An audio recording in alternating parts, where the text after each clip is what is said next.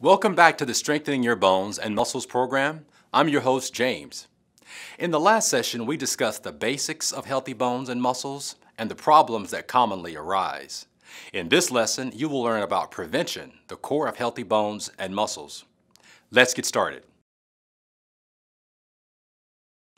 When you think about prevention, you may think about lifestyle activities that keep you from getting a certain condition or disease. In the case of your bones and muscles, the key prevention strategies are no different than what you would do to prevent other problems.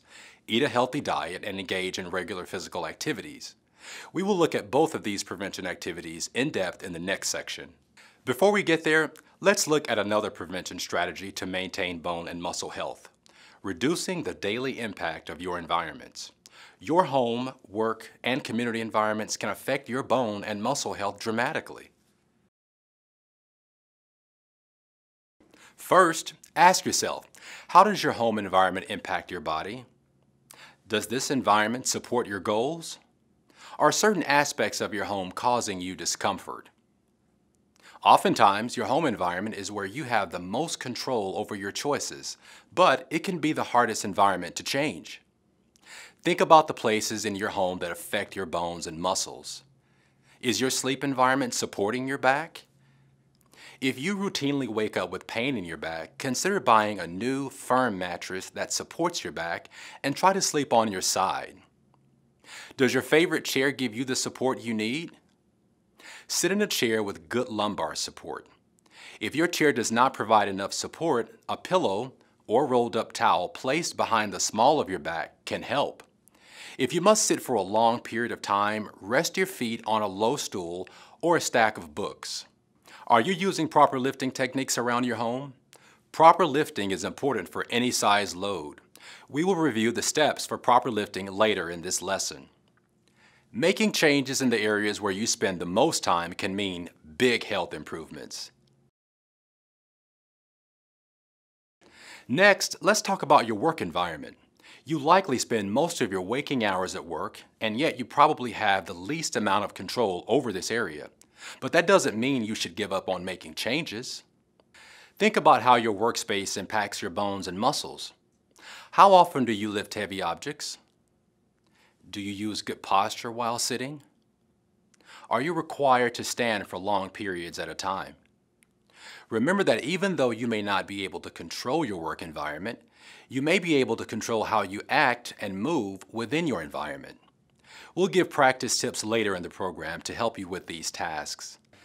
Do not hesitate to ask your employer for a new chair or a different workspace arrangement if it's causing you pain.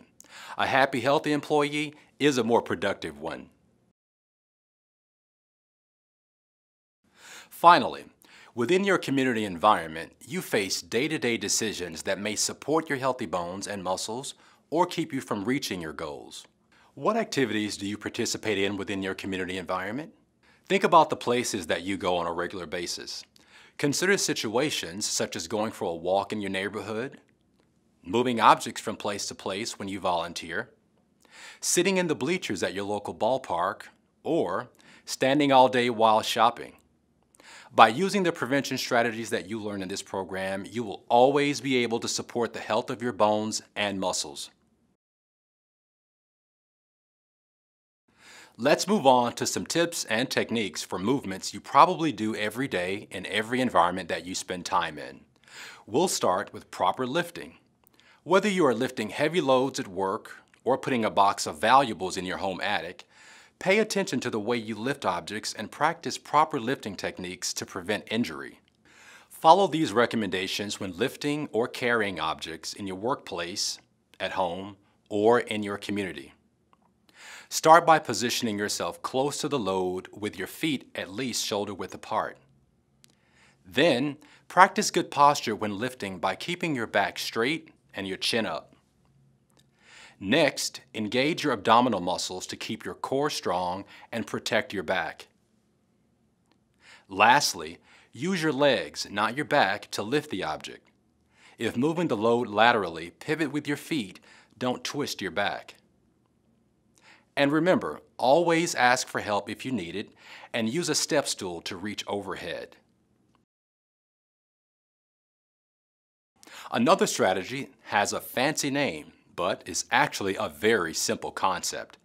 Ergonomics is the science of designing your environment so that it provides the highest level of function. Your work environment may be the place that these recommendations apply most often, but remember to use them when working in your home and community environments as well.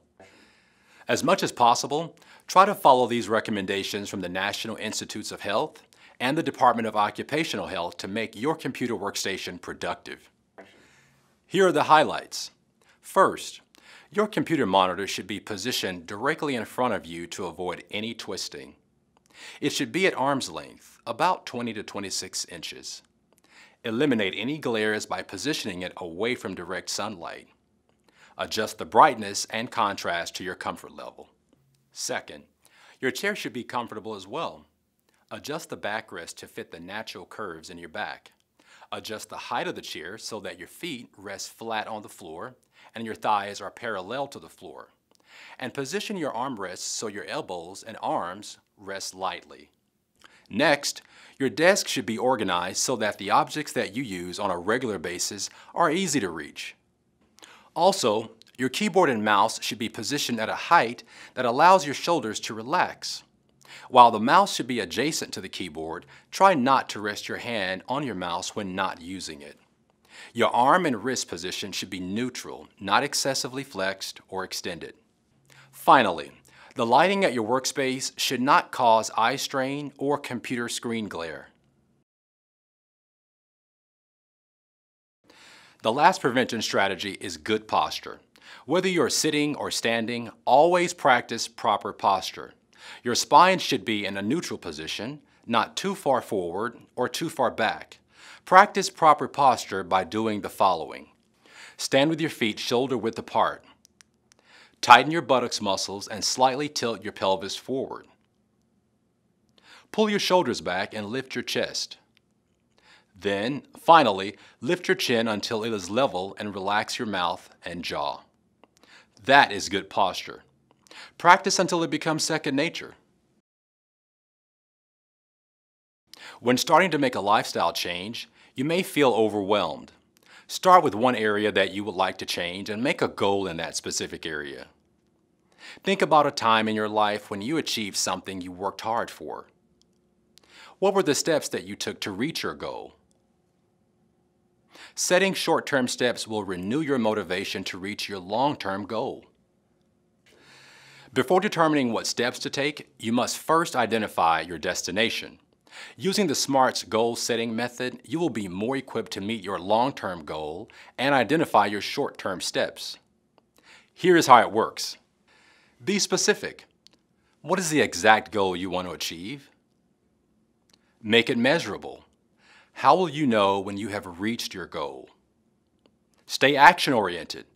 What actions do you need to take in order to reach your goal? Remain realistic. How do you know if your goal is attainable? Make it timely. When will you complete your goal? Get support. Who will help you reach your goal? This week, you will have a chance to set a SMARTS goal regarding your physical activity. It is an important step in achieving healthy bones and muscles and better overall health.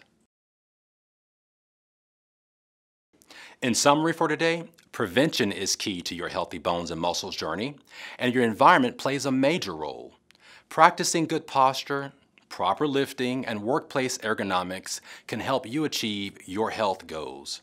Remember that your journey will take time and commitment. Before your next lesson, complete the SMARTS goal setting worksheet and review the guide to a healthy back handout. In the next lesson, you will focus on the other key prevention activities, nutrition and physical activity.